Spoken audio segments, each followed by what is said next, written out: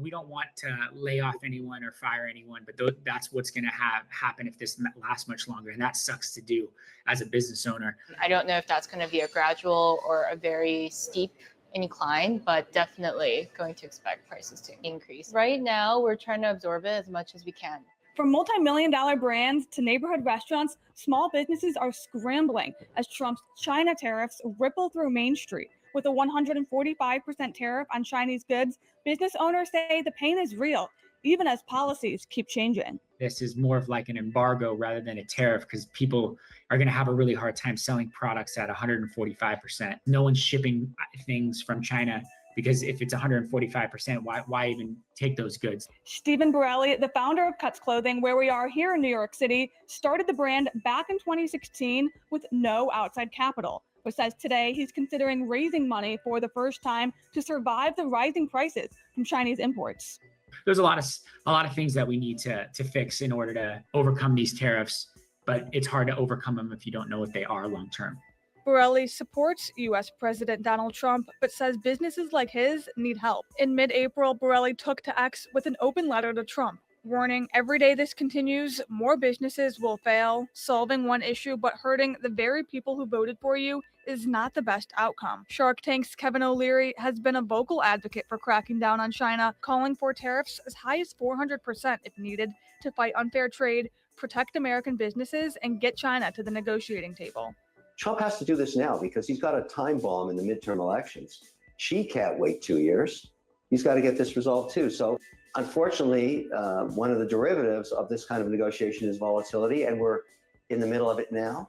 But you have to look beyond the ball to understand the benefit, and that's what I'm focused on. The White House is putting the pressure on China to make the next move. Here's U.S. Treasury Secretary Bessent in an April 28th appearance on CNBC. I believe that it's up to China to de-escalate because they sell 5 times more to us than we sell to them. And so these 125, 145% tariffs are unsustainable. Apollo Management chief economist said in an April 27th note that empty shelves could be a reality in the coming weeks, and says the probability of a recession this summer is at 90%. He also predicted. Well. What's going on, everybody? It's Professor Zeus, and I'm back with another video. If this is your first time on the channel, just know I greatly appreciate you for stopping by. But subscribe, because it's like there's so many different people who watch my videos, but they're not subscribing. And you know that helps out the channel a lot. Guys, listen, I'm going to keep you guys updated with everything that's going on in the world. And today we're looking at the, part 2 about my shipping ports video that I just dropped not too long ago. And, there's going to be so much massive disruptions, job losses, and a ripple effect throughout our economy, China's economy, everything globally, everybody's going to be affected. And, I just want to try to break this down the best I can, to see if this strategy, is it really working or is it backfiring? I'm going to try to break it down from all angles. And I have some articles that I'm going to reference. But yeah, let's try to break this down, right? So again, guys, you know that the U.S. China trade war is hitting American ports like a tidal wave. You saw the founder of Cuts.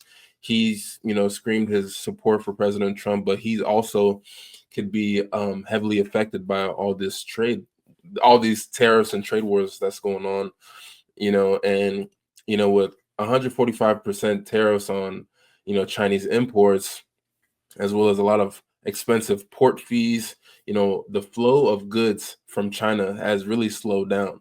And, according to a report from investors.com, container bookings from China have essentially plummeted. The Port of Los Angeles is down 50%, New York and New Jersey are down 40%, and Houston is facing a staggering 64% drop. So I wanted to pull up this chart that I thought was really interesting. Let me see if I can pull this up. So this is essentially a metric tonnage of containerized imports for 2024 from China and the world total, right? So right here we have a list of all the different ports, in the United States. And right here we have how many imports came from China versus how much came from the world in total. So just Los Angeles, California's port alone had 43 million imports come in, right? But out of that 43 million, 22 million came from China alone, equaling 51% imports from China. Then here, Long Beach, 61%. Newark, New Jersey, 23. Savannah, Georgia, 29. Oakland, 37. Tacoma, Washington, 47. So we get a lot of stuff from China. There's no ifs, ands, or buts about it. We get a massive, massive amount of stuff from China, right? But now this article is saying that, things are going to go down 50%. New York, New Jersey going to be down 40%. And, one article reports that, the port of Los Angeles, which is literally the busiest in the United States, is bracing for a 35% slump in shipments from Asia, right? So this isn't just numbers on this type of spreadsheet. It's going to be real world chaos, right? Ports are essentially congested with empty containers, truckers and longshoremen who are going to be out of work, and retailers are going to be warning of potential shortages, I should say. Remember the pandemic? You remember how many different things were like short because of the supply chain issues, right? And if we look to Reddit, right? Because I like to look at Reddit, right? I even went to the conservative Reddit. So, we provide a place on Reddit for conservatives, both fiscal and social, to read and discuss political and cultural issues from a distinctly conservative point of view. Somebody had made this post 3 hours ago. Trump said U.S. kids may get $2 instead of $30, but China will suffer more in the trade war. So I want you guys to just pay attention to what a lot of people are saying. This is a salient point. American excess is out of control, and China has preyed upon it for years. Past tense, our overseas manufacturing is already migrating to other countries. Just because China sells us cheap labor doesn't mean we're dependent on them. It just means they're temporarily had the best deal on the market. I think it's a great thing that the current administration understands that the dependence on communist China has to be reduced or stopped completely. You're going to have to break a few eggs to make an omelet. Consumerism is not conservatism. This is a needed transition for the health of our nation and people. We buy way too much useless trash every day. I have to admit, I'm not the biggest fan of this tariff strategy, but at the same time, this consumer culture that the United States has turned into isn't something to be proud of either. Agreed. Everyone on the economy-related boards are gleefully pinning for shelves to empty because they want people mad at Trump, but I think this could backfire on them. I think it will serve to illustrate how much crap we're buying from China that we don't really need. We needed that reset for a long time.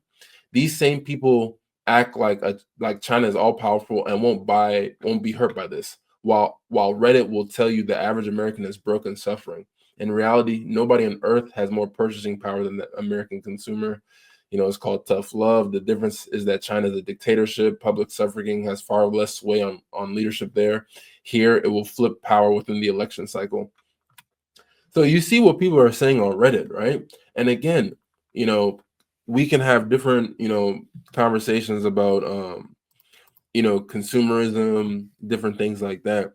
But small businesses thrive because they're able to outsource and get goods from China. That's just the reality, right? But when we see that so many different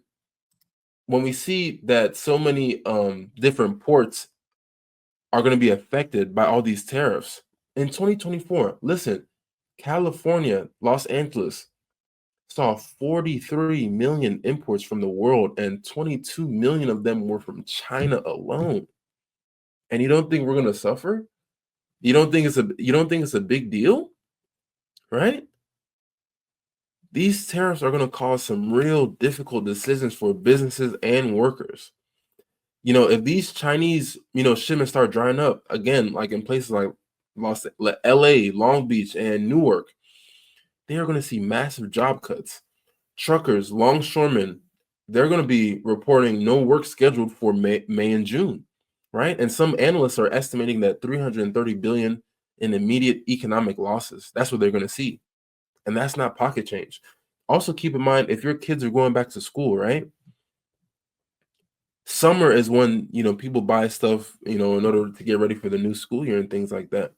But if your kids' school stuff isn't in the shelves, how are you gonna buy the stuff that they need for the new school year, right? With 30 to 60% of container volumes being gone, right? Stores are going to see major shortages, from electronics to school clothes to backpacks to all these different things that we take for granted. And I keep saying it, replacing Chinese goods isn't easy. So the people on Reddit, they make it sound good. But I'll always say 80% of people want manufacturing and production to come back to the United States. I also want to see that. But that is a long-term goal. You can't complete that within a few months, right? And with this 80% of people wanting this stuff to come back to America, not even 20% of people are willing to swap their cozy office jobs to work in these factories or work in the coal mines, right? Or even look at my video that I talked about, farm pickers. Who's willing to get paid $11 to work 10 hours to work in blistering heat in Louisiana? Who's willing to do that, right? But we want all these manufacturing and production jobs to come back. We have to be fair, but we have to be critical. On one hand, you know, President Trump's, you know, tariffs are a bold move to protect American interests, because I have to keep on saying I am an American and I want us to be successful, but I have to be objective, right? The logic of reducing reliance on China and boosting domestic manufacturing, it makes sense, especially after decades of trade imbalances. But the execution is where it gets extremely messy, right? This port crisis shows that tariffs are going to be disrupting supply chains faster than alternatives can scale up, right? Everybody wants all these things to happen, but there are no alternatives to be like being made. There's no makeshift production manufacturing plants coming and sprouting out overnight. That's not happening. We're not seeing it, right? Job losses at ports and all these potential retail shortages are gonna have public support feeling so, like, looking at it like so crazy, because what's gonna happen is all these things are gonna become more expensive. And at the same time, the Treasury might, you know, collect revenue from tariffs, right? And investors.com is pointing out that, you know, a lot of different sectors like air cargo could lose $22 billion over 3 years due to reduced trade. So that's a tough trade-off, right? And then there's a question of the long-term impact. Again, I want manufacturing and production to come back in the long term, but will tariffs really bring, you know, manufacturing how we think back into the United States, or will companies just move to other low-cost countries? I told you guys, look at my previous video. I showed you the timeline of Elon. He wants to build a Tesla factory in India, right? But he was part of Doge, and he was saying that, you know, we got to fire all these different types of people. We got to bring manufacturing back. But he has an American company, Tesla, but he himself will not build plants in America when he knows all these things are going down. He's still looking for ways to cut costs as well, right? This is a high stakes gamble, right? And I just, I don't know, man, because in the short term, we can expect a lot of more disruptions, man. That's just the bottom line. You know, ports will, you know, likely stay quiet, and retailers are going to struggle to stock their shelves. Long term, you know, it depends on whether the United States can build new supply chains and if consumers are willing to pay higher prices for all these made in America goods. You know, for right now, just keep your eye out and on economic indicators like GDP growth. And it was just released that we were actually negative 3% contraction in our own GDP growth. You got to watch out for unemployment rates and retail sales, right? And another thing, just don't swallow all these headlines, man, because there's so many headlines coming out. Tariffs are obviously complicated and complex, and both sides have agendas. You have to ask yourself, who's benefiting, who's getting hurt, and what's the real cost. That's how you stay ahead of this curve. But that's it for today's dive into my continuous observation and dive into the U.S. China trade war and its impact on the ports and everyday citizens. What do you think? Are these tariffs a genius move or just a recipe for disaster? Let me know your thoughts in the comments below, and let's keep this conversation going. If you found this video helpful, smash that like button, subscribe. We're on our way to 2,000 subscribers, and hit that bell so you always get notified when I drop a new video. And never ever forget, it's you and I verse: information, application, execution. Until next time, peace.